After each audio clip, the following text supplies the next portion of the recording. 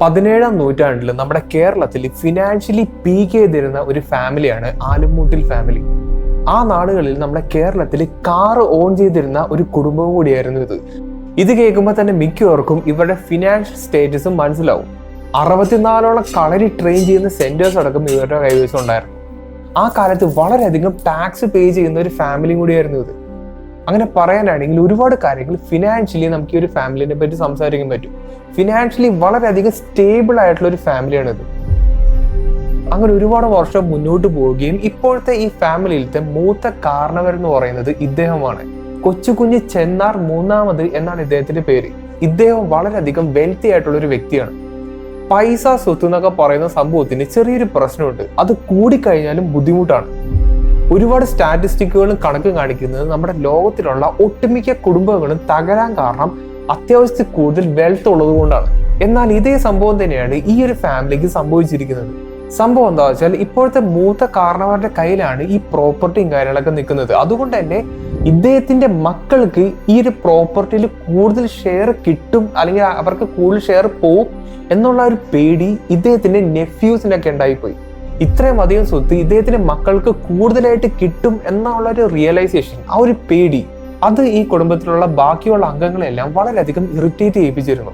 അതിന്റെ ഒരു ആഫ്റ്റർമാത്ത് ആയിട്ട് കോടതി കയറി ഇറങ്ങേണ്ട ഒരു സിറ്റുവേഷൻ വരെ ഈ കുടുംബത്തിന് ഉണ്ടായിട്ടുണ്ട്. അങ്ങനെ ഒരു ദിവസം രാത്രി, പ്രിസൈസ്ലി പറയുകയാണെങ്കിൽ മാർച്ച് 7-ാം തീയതി 1921 രാത്രി ഏകദേശം ഒരു 9-9:30 സമയമായപ്പോൾ നമ്മുടെ കാരണവര് കോടതിയിലത്തെ പരിപാടികളെല്ലാം കഴിഞ്ഞ് വീട്ടിലേക്ക് എത്തുകയാണ്. അതിനുശേഷം കുളിച്ച് ഭക്ഷണം കഴിച്ചതിന് ശേഷം ഇദ്ദേഹം ഉറങ്ങാൻ പോയി. ആ ദിവസം ഇദ്ദേഹം കിടന്നത് ഈ വലിയ മേഴയുടെ താഴത്തെ ലെവലാണ്, ഗ്രൗണ്ട് ഫ്ലോറിലാണ്. പക്ഷേ അതേ സമയം തന്നെ കുറച്ച് അസാസിൻസ് ഇദ്ദേഹത്തിന്റെ വീട്ടിൽ ചുറ്റിപ്പറ്റി നിൽപ്പുണ്ടായിരുന്നു. ഇതൊന്നും അറിയാണ്ട് നമ്മുടെ കാരണവർ അവിടെ ഉറങ്ങാൻ കിടക്കുകയാണ്. കാരണം കുറച്ചു നേരം കഴിഞ്ഞപ്പോൾ ഇദ്ദേഹം ഉറങ്ങിപ്പോയി. ഇദ്ദേഹം ഉറങ്ങി എന്ന് നമ്മുടെ അസാസിൻസിന് മനസ്സിലായതോടെ തന്നെ ഇദ്ദേഹത്തിന്റെ റൂമിലേക്ക് കയറുകയും ഇദ്ദേഹത്തിന്റെ തല ഉറക്കത്തിൽ തന്നെ കട്ട് ചെയ്ത് കളയണം എന്നുള്ള രീതിയിലാണ് ശരിക്കും ഇവർ പ്ലാൻ ചെയ്തിരുന്നത്. പക്ഷെ ഇവരുടെ ഒരു പ്ലാൻ അനുസരിച്ച് കാര്യങ്ങൾ മുന്നോട്ട് പോയില്ല. അതായത് നമ്മുടെ കാരണവർ പെട്ടെന്ന് ഞെട്ടി എണീക്കുകയോ അങ്ങനെ എന്തോ സംഭവിച്ചു. അതുകൊണ്ട് തന്നെ ഇവർ വെട്ടിയ ആ ഒരു കത്തി നേരെ ഇദ്ദേഹത്തിന്റെ മൂക്കിലും ഷോൾഡറിലും ആ ഒരു ഭാഗത്താണ് ശരിക്കും വന്ന് വെട്ടുകൊണ്ടത്. അപ്പോൾ ഇതൊക്കെ കാരണം നമ്മുടെ കാരണവർ നേരെ എണീറ്റ് ആ റൂമിന്റെ പുറത്തേക്ക് എസ്കേപ്പ് ചെയ്യാണ് ചെയ്തത്. ആ സമയത്താണ് ആ വീട്ടിലുള്ള ആൾക്കാരെല്ലാം ഈ ഒരു സീൻ കാണുന്നത്. അതായത് ഇദ്ദേഹം മുഴുവനും ചോരയൊക്കെ ഇട്ട് ഇങ്ങനെ കാണുന്നത്. അതുകൊണ്ട് തന്നെ തൊട്ടടുത്ത നിമിഷം തന്നെ അവിടെയുള്ള ആൾക്കാരെല്ലാവരും കൂടിയിട്ട് ഇദ്ദേഹത്തെ ഹോസ്പിറ്റലിലേക്ക് എത്തിക്കുകയാണ് ചെയ്തത്.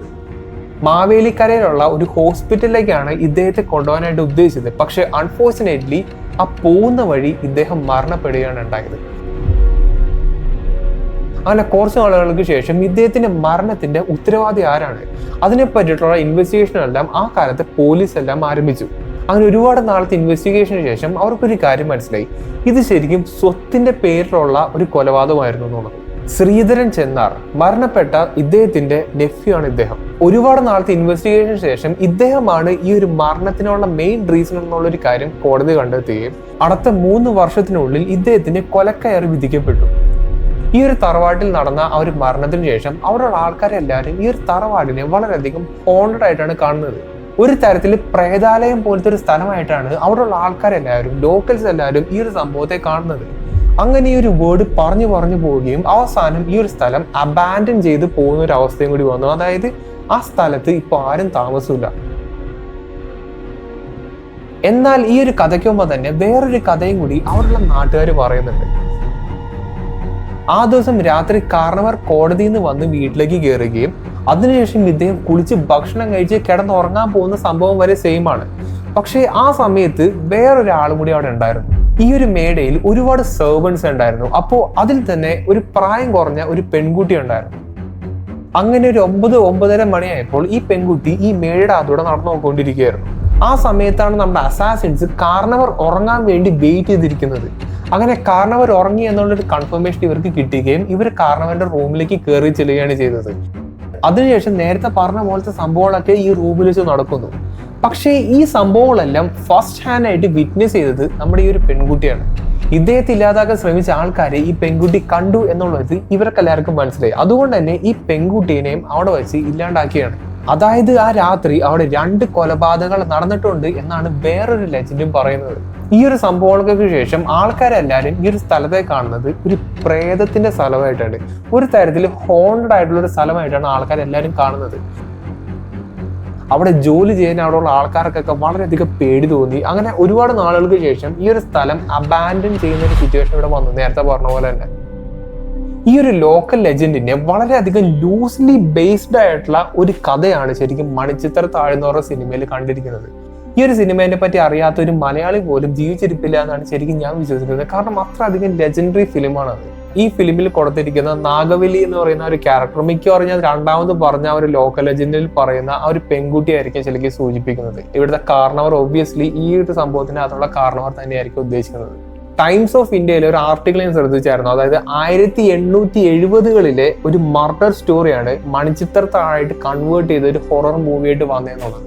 ഈ ഒരു ആർട്ടിക്കിളിൽ പറയുന്നത് നമ്മുടെ സെർവന്റ് പെൺകുട്ടി വളരെയധികം ബ്രൂട്ടലി കൊല ചെയ്യപ്പെട്ടു എന്നാണ്. അങ്ങനെ പല സോഴ്സസും പല പല കഥകളാണ് ഈ ഒരു സംഭവത്തെ പറ്റി പറയുന്നത്. അപ്പോൾ നിങ്ങൾക്ക് ഇതിനെ പറ്റി എന്തെങ്കിലും കൂടുതൽ അറിയാമെങ്കിൽ അതൊന്ന് കമന്റ് ചെയ്ത് അറിയിക്കാൻ ശ്രമിക്കുക. ഇപ്പൊ ആദ്യമായിട്ടാണ് നിങ്ങൾ കേൾക്കുന്നെങ്കിലും അതിനെപ്പറ്റി ഒന്ന് കമന്റ് ചെയ്ത് അറിയിക്കാൻ ശ്രമിക്കുക.